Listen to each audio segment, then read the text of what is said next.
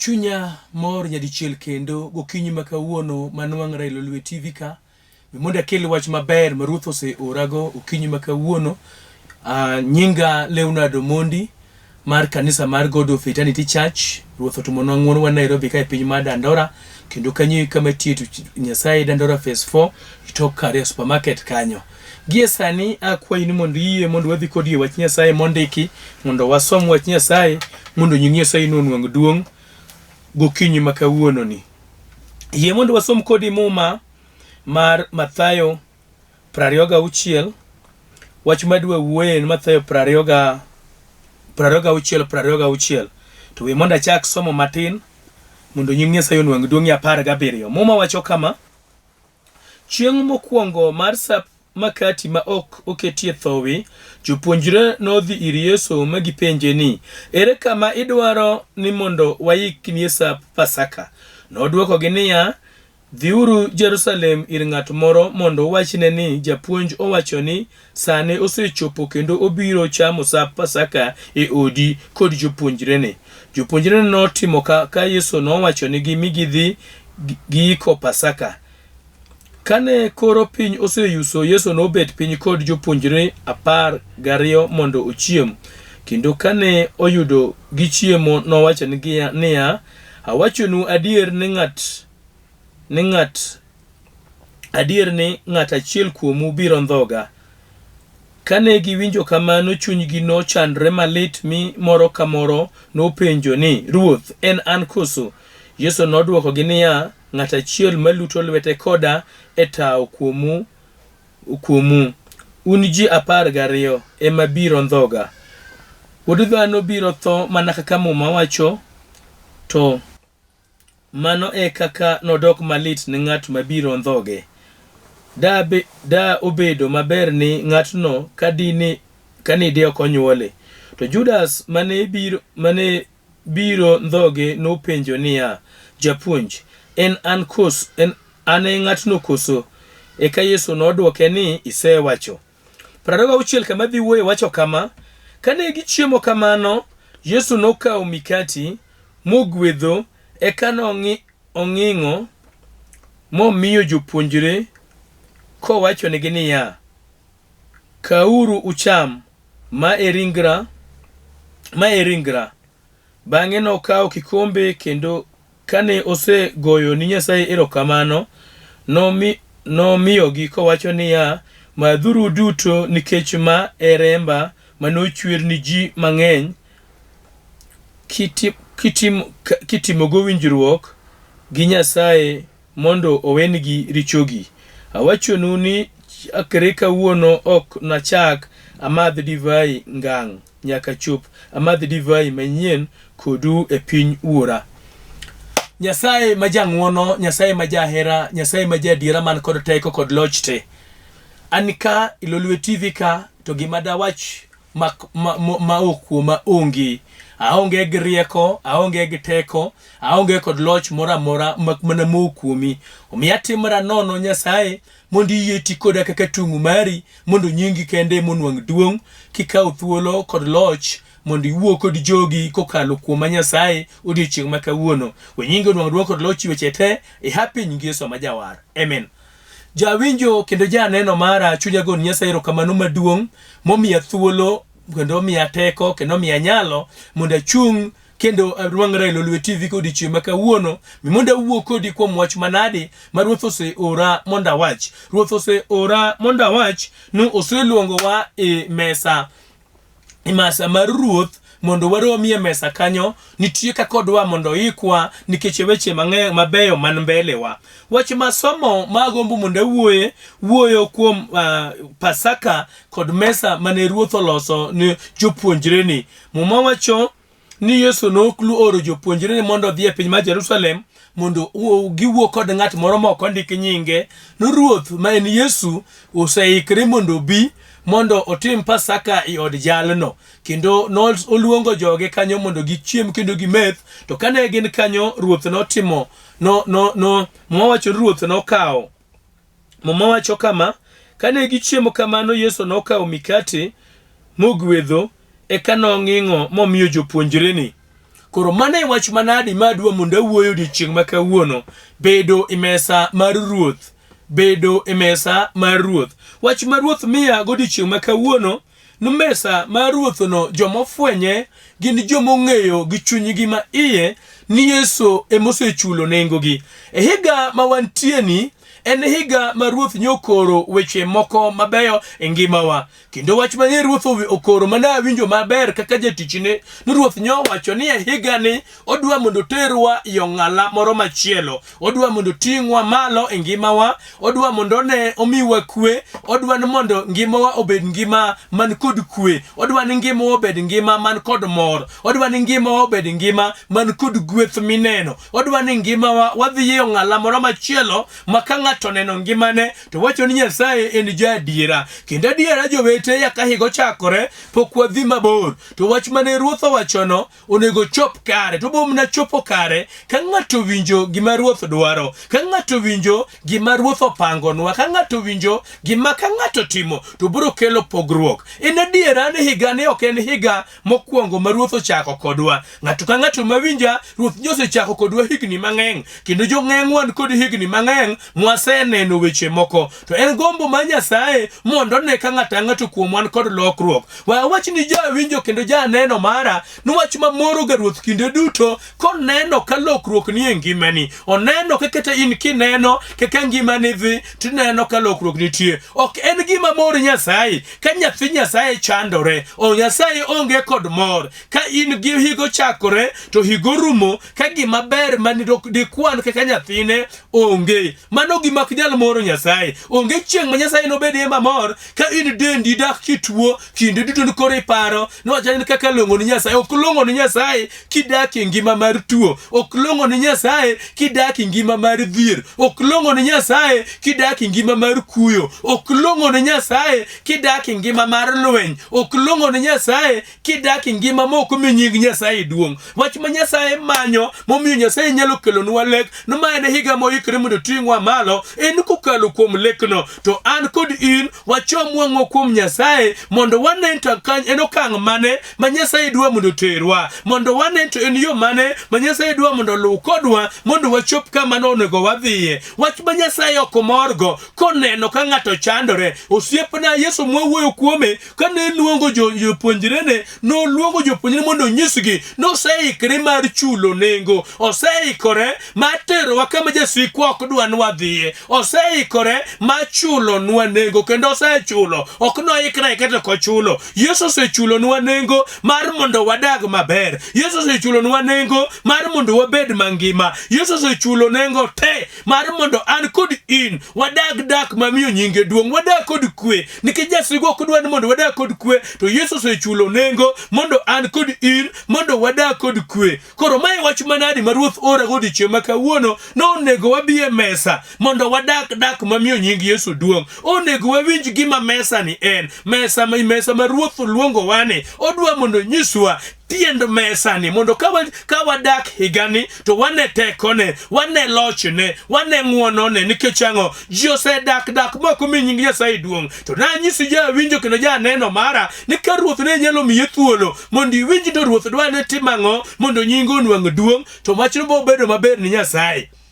Gima ng'ato biro timo higa mar 2022 biro miyo nying Nyasaye nwang' duong' kata nying Nyasaye kik nwang' duong'. Nyasaye gima biro timo biro bi med mamor kata kik ibed mamor. Gima biro timo to kibomna timo mano kiwinjo wach mwawacho ni yie biro kuom winjo. Mae momiyo ruoth ore Lolwe TV ka odiochieng' ma kawuono mondo iwinj yen wach mane ma ruoth orago mondo kitimo to mondo nyinge onwang' duong'. Nikech ok en mor Nyasaye kikale wach moro matek. Ok en gima mor Nyasaye ka nyithindo chandi. Ok en gima mor Nyasaye ka kenyu mari kito kinyi mwawuoyo gani nitie wach mamai kwe. Gino ok mor Nyasaye. Jomoko wacho na dhi marach tang'iyogo. Osiepna ng'amo ng'iyo kod chandruok onge. En mana jasigwe mose amalo mondo keth ngimawa. Tasebiro kaka jatich Nyasaye ma ruoth ose oro kinde duto ma ruoth ose ore Lolwe TV ka asebedo ka nwang'o simbe mag joma wacho ni yae wach mani puonjo cha wacha no konya. Wach mani lero cha mesa wacheno omiya kwe wachno omiyo ngimana olokore family na olokore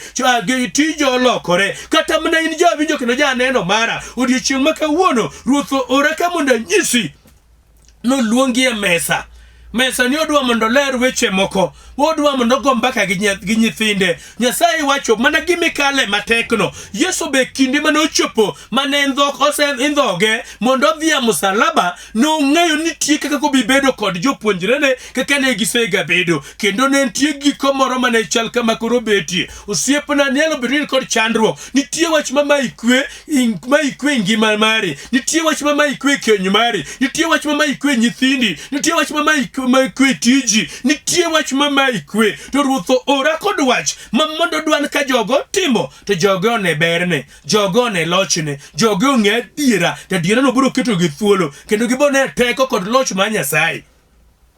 Mae wach manadi ma ruoth ora kod odiochieng' ma kawuono. Muma wacho ni ka Yesu ne en kod jopuonjrene ne ginie sawo mar Pasaka kendo kanyo nonyisogi gima biro timore. No chal ng'ama dwe goni gi orit, no chal ng'ama ikogi mondo ging'e no mbele to ber. Yes, mano biro timore, mak mana nitie weche manyalo buogogi, nitie weche manyalo miyo gi kos nwang'o gik monego gi nwang'. Koro Yesu ne temo mondo yikgi maka chopo kama gima ber biro to giyikre kendo gi nwang'o. Osiepna ruoth ora kanego higa pok odhi mabor mondo abed tung' mare, mondo an kod in waikore mondo wane ber ma Nyasaye e higa mar 2022, mondo wane teko Nyasaye e higa ni. Ruoth ora kod wach ma iko joge, ruoth ora kod wach ma in kod an ka wawinjo mwatimo to wayien no chulo nwa nengo, wayien tho mare ne en konyruok marwa. Omiyo tuo konego keta piny, omiyo dhiero konego miya wich kuot, omiyo wach mora mora makale okonego bedi nikech ang'o? Gik moko duto te Yesu yie dhi musalaba mondo chuli in kod an. Mae momiyo ruoth ora ka mondo wawinjie wachni. Oluongo nyithinde duto e mesa. Ng'ama luongo nyithinde e mesa en ng'ama dwa mondo we wach moro modwa ni ng'ato ka ng'ato winj.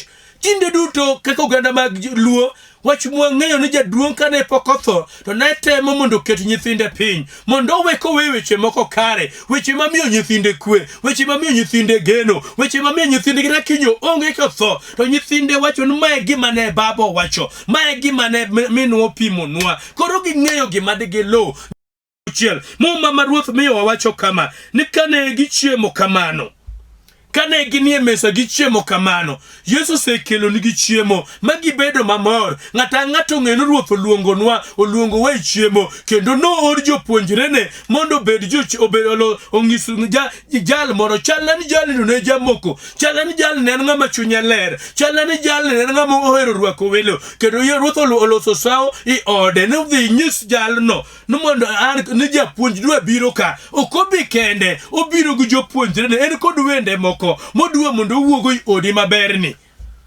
Minwa kami betine nano ruoth dwa mondo dalani kanyo, yodi kanyo mondo losie gimoro manyalo kelo geno.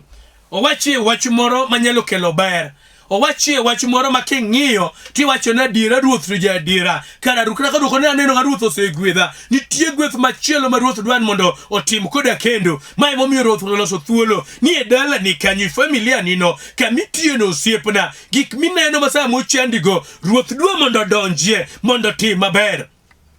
Yie mondo asom kodi muma mwuoye. Adwa mana wuoyo i Mathayo 26 kende mondo nying Nyasaye onwang' duong'. Momojo kane gichiemo kamano to Yesu nokawo mikati, Yesu nogwedho, eka nong'ingo momiyo jopuonjrene. Adwa mondo awuo kuom weche 4 monego jamowar kata ng'ama ong'e Nyasaye kata jawinjo mar onego ng'e godiochieng' ma kawuono. Nitie weche 4 maka ng'ato timo to ng'ano bo neno bad Nyasaye higani. Mumocho ni Yesu nokawo mikati, Yesu nokawo. Adwa wuoyo kuom kawo mokwongo. Mumocho ni kapok Yesu ogwedho mikati to kawo mikati to kete lwete. Osiepna ma jawinjo kendo janeno mara, Nyasaye dwaro ni in miwinjo wachni odwa ni bedie lwete ming'eyo kendo ang'eyo jopuonjre ma Yesu wuoyo 12 gi kane pok gibedo kod Yesu wacho kama ni Yesu noluongo jopuonjrene mondo gibed kode. Haleluya. Mondo gibed kode. Ang'o miyo ne gibedo kode? Nitie gimomiyo nodwaro ni mondo gibed kodgi. Mawacho ni Yesu kokawo mikate, okawo to gwedho, yako ng'ingo, yako chiwo. Koro nitie weche 4 madwa mondo wuoye. Nitie weche ma Nyasaye kale kod ng'ato mondo gwedho ng'ato. Namba 1 okawo, namba 2 gwedho, namba 3 ong'ingo, namba 4 ochiwo ni jopuonjrene. Koro kapok ochiwo mokwongo okawo. Wach mar machiel magombo mondo iwinjo odiochieng' ma kawuono en ni Ruoth dwaro mondo kawi mondo ibed nyathine, mondo ibed japuonjre. Odwa mondo kawi. Moja ni ji ariyo ok nyal wuotho kanyakla kapok giyiere. Nyasaye dwaro mondo kawi. In janeno kendo jawinjo mara. Nyasaye dwaro mondo kawi. Yoko kawo jopuonjre ka to wacho ni noluongogi mondo gibed kode. Jopuonjre mane Yesu luongo ma kawuono orogi noluongogi mondo gibed kode. Ang'o momiyo nobedo kodgi? Nodwa ni ka en kodgi to ogol gik maricho kuomgi, ogol chunje maricho kuomgi, ogol lweny kuomgi, ogol fitina kuomgi, ogol nyiego kuomgi. Okwongo kawogi ma opogogi kod jonyuolagi, mopogogi kod chik madalagi, mopogogi kod weche mag gweng'gi, opogogi kod weche mane ging'eyo. Nyasaye dwa mondo kawi janeno kendo jawinjo mara mondo pogi kod weche manyalo miyo ok ibi neno gweth mag Nyasaye, ok ibi neno nyalo mag Nyasaye, ok ibi neno gima ber mag Nyasaye. Mumojo ni Yesu kapok ochiwo mikate mikate okawo mokwongo moketie lwete, okawo mikate no mong'iso no gole, opoge kod anyuolane, opoge kod riekni madalagi, opoge kod weche momake, opoge. Koro Nyasaye dwaro kawuono ni in janeno kendo jawinjo mara. Nyasaye dwa mondo kawi. Odwa ni mondo wuoth kodi. Odwa ni mondo losi. Ok ogwedhga mapok olos. Kapok ogwedh macho nokwongo kawo. Winj janeno kendo jawinjo mara. Idwaro Nyasaye higa ni mondo timni maber. To mae wach malich madwa mondo awuoye kendo Nyasaye alamo Nyasaye no miya ng'wono mondo awach ni modhi iye. Mumocho kapok nogwedho.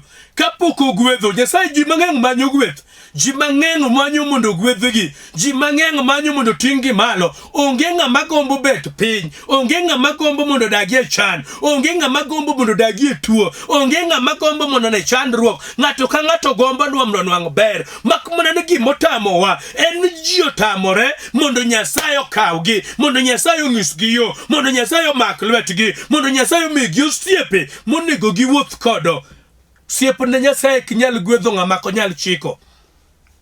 Onge janyuol manyalo kawo mwandune to miyo nyathine mok winjega. Onge janyuol manyalo kawo mwandune to miyo nyathine mochaye. Onge janyuol manyalo kawo mwandune to wita bal. En adiera ni Nyasaye wacho ni mae higa modwa terowa e okang' machielo. Nyasaye ochikowa ni mae higa modwa terowa e okang' machielo. Koro Yesu kapok oweyo jopuonjrenegi to ketogi no ging'isogi wach ma Nyasaye wacho ni higa ni nodwa tiyo okang' modwa noterwa. Koro Yesu ng'isogi ni mokwongo biuru. Owuoyo kod jomosebiro, oloso jomosebiro, ogolo chunje maricho kuom jomosebiro, opuonjo jomosebiro mondo jogo owinje. Wach ma Nyasaye dwaro namba 1 jawinjo kendo janeno mara ni yie mondo iwuogi weche mag dalau, weche momaki, chunje maricho madhi kodi mak imial neno ber. Onge Nyasaye kinyal gwedho jalno ma jamirima, jalno mang'eyo maka gimotimo tudeno ka dhoge matetni lewe kinyal fulo wach maber. Mirimo make ng'ano Ruoth ok nyal wuothogo, ng'ano Ruoth ok nyal timo maber, ng'ano Ruoth ok nyal gwedho. Mane wach manade ma Ruoth orago nitie kako kalo kod ji. Ruoth nyisa mondo wang'is joge nitie kuonde mokale kod joge, nitie gik moneno kuom joge. Manigo ken na wach okawo mikate, ok noketa. Nyasaye dwari mondo ibi iwuog kama intie. Nyasaye dwa mondo ibed mare. Okonyal gwedho mok mare.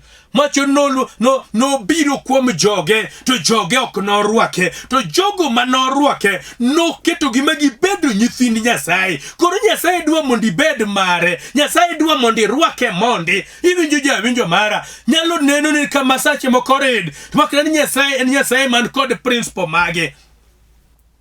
Hallelujah. Nyasaye ni kod kaka dwani gik otimore. Nyasaye kinyal timo gik mabeyo ni joma kochomo wang'igi kuome. Nyasaye kinyal tima gweth mag Nyasaye kinyal keleke. Nyasaye kinyal teri yakang' mokitiyoni. En kinde ma ji manyo gik mabeyo kendo ng'ama dwaro chandruok onge. Osiepna ng'eyo ni in kod lek maber. Mama ng'eyo ni in kod lek maber kuom dalani. Dichwe ng'eyo ni in kod lek maber kuom nyithindi. Mak mana ni ng'ama nyalo miyo nyithindi go dhi maber. En mana Yesu kende. Muma wacho nokawo mikati. Koro nywe mondi in ibed mikate minyalo kawo. Mondi ibed e lwete. Mondi ibed gima mare. Mondi ibed gima otimogo. Winjo nokawo to gwedho. Ok di gwedh gima okumari. Ok de tur. Be dak ng'ing gima pod nie lwet jomoko. Okawo mokete e lwete. Nyasachwa dwari e lwete mama. Nyasachwa dwari e lwete mondo gol luoro man kuomi. Nitie gik moko be timo kiluor. Nitie gik ma luoro ok be timo. Nitie gik mosetami nikech luor. Kama ng'ato nwang'o ga teko en ng'ama ni kuom Yesu. Kama ng'ato nwang'o ga loch en ng'ama ni kuom Yesu. Jomodong' luoro bro ma onge ng'ama koluor. Dhano luor te. Dhano te kod luoro. Kata mana yawuo masani neno masani ochungi siasa ma wuoyo matek go. Wuoyo to luor. Emomiyo ng'ato kia gima kiro timore kiny. Gimomiyo Yesu dwani wabed e lwete mondo ogolo luoro kuomwa. Ogolo luoro nikech en jaloyo. Nosegaloyo jasigu. Kiwuotho ng'ama jachir. Ka ng'ato donjo e lwet Yesu ni kod chir te. Ibo bedo jachir. Nitie joma luoro osetamo kawo gikgi. Nyasaye osechiko gik moko molio lakini gi luoro ok ginyal kawo. Emomiyo Nyasaye gombo kawuono ni mondo wabed e lwete. Ka ng'ato ni e lwete to biro golo luoro kuomi. Nyasaye gombo kawuono ni mondo wagwegi. Nitie joma chuny mar kabila mako. Nitie joma koneno to kodwa kowinjo ni kabila moro ng'ano kodwa. Ng'ama kod chuny mar nyiego mar kabila. Ng'ano Nyasaye kinyal gwedho. Ng'ama kod chuny mar nyiego maka gimo koneno ka nyawadgi Nyasaye otimone gimo to gino lith ni chunye gino rachne. Ng'ano Nyasaye kinyal gwedho. Nyasaye dwani mondo ibed e lwete mondo gol chuny nyiego kuomi. Ogol chunje maricho ma ok idwan ga jomoko ber. Mane idwari e lwete. Ok gwedh ng'ama pod kod chuny marach. Chuny lit kod ng'ato dhi maber to gino rachne. Ng'ano kinyal gwedh. Nyasachwa kodwa ng'ama pod kod chuny marach. Nyasachwa kodwa ng'ama oherre kende. Nyasachwa kodwa ng'ama kod chuny luoro. Nyasachwa kodwa ng'ama nigo chuny nyiego. Ng'ama gire koton. Nyasachwa ok dwa ng'ama wuor.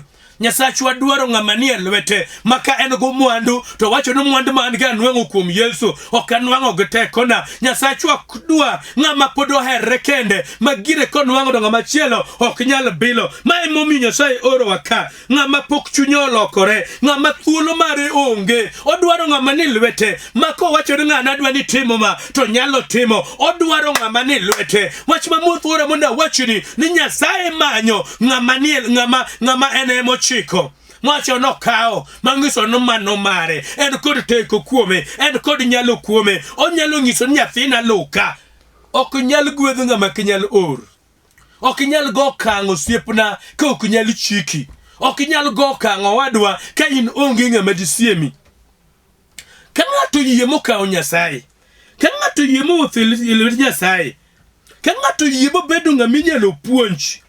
Ka ng'ato yie bobedo ng'ama ongo mirima. Ka ng'ato yie mobedo kuom Yesu to Yesu biro luoke. Ka ng'ato yie mobedo kuom Yesu biro ng'ise siri moko ma ng'ano kia. Ng'ano Yesu biro golo chunje moko mag dondruok kuome. Yesu biro loso ng'ano. Koro wach mar Ruoth orago ni Yesu gombo matek mondo ne ng'at moro moyie bete lwete. Mocho no make lwete.